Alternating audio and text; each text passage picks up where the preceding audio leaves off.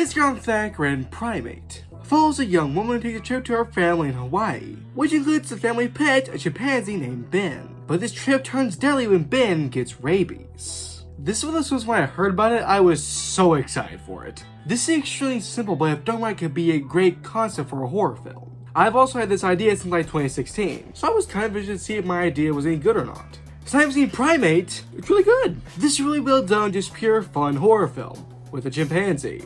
For one, these effects are overall good. It is just a guy in a suit, but that's very charming, and sometimes yes is noticeable, but other times doesn't look half bad. And I appreciate an actual suit being used when it's making a CGI. And this one has some pretty good kills. Some solid practical effects, with maybe a bit too much CGI blood, and Ben is actually a pretty creepy horror villain. In a lot of ways, he's very reminiscent to a slasher villain, like Michael Myers. The film's subject is also very reminiscent of Halloween, and with this being about an animal getting rabies, it does kind of feel like Cujo, but this one also has a ton of fun. It takes itself seriously just enough to where you do care about the characters, but also has plenty of silly fun mayhem. Like for example, Ben gets rabies from an animal in Hawaii, and rabies isn't even in Hawaii. The film even brings this up, and then never again. It knows what it is and has fun with it. And even though I do love that it's fun, there is some missed potential here. Because with Ben being this pet, there could have been a deeper emotional connection between Ben and the family, which at times it does do, but it could have went further with it. But that's not the film's really trying to go for, so it's fine. So overall, I really liked Primate. It's really good and I highly recommend it. Now let's talk some Mercy. Mercy follows a detective played by Chris Pratt that is framed for the murder of his wife and must prove himself innocent to an AI judge, or he will be executed. This was the when it was announced, I was actually pretty interested in it.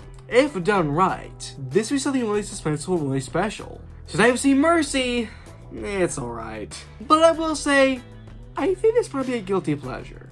Starting off, yes, this isn't a good film. It's supposed to be promised to be a legitimately good film.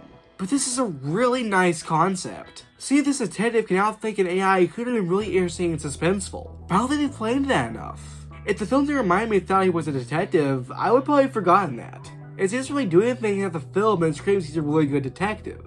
Chris Pratt does play the role really well, way better than what it deserves. I didn't dislike the character by any means, I just really thought him just being okay. This is also a one location movie, where the movie mainly takes place in one location, and I feel like this concept is perfect for a movie like that. But then we get to when he's trying to prove he's innocent, he gets to look at security camera recordings, and have FaceTime phone calls with people. And well, yes, that makes sense for the story, it just makes the film feel so cheap. And that's also where most of the action in the film happens. And again, seeing it through a phone recorder makes it feel so cheap and unimpressive. I guess I'll say it's decently suspenseful, mainly because I genuinely couldn't tell where the mystery was heading. But it's also because it pretty much makes up the mystery as it goes along, so yeah, I couldn't see where it was going, but it's not necessarily positive. And the main reason as to why I'll call this a guilty pleasure is because there's a part of the film's climax, where the film is at maybe like a 4 on the crazy scale, and goes to a 17 in like a second. It just kind of made me go, what in the world is happening? I'm kind of loving this. But that was probably just because it was my first viewing. And on a future rewatch, I can see it getting a lot worse. To the point where I don't even think I would consider it a guilty pleasure. But overall, Mercy wasn't terrible or anything. I can see remnants of a good film in here, but it's ultimately not. And at its best, it's just alright. I don't really recommend it, unless you just want to get the idea of a good movie. Put in the comments below, what do you think of Primate? And what do you think of Mercy? Also, if you enjoyed this video, consider subscribing. Bye guys for now, bye, Thacker.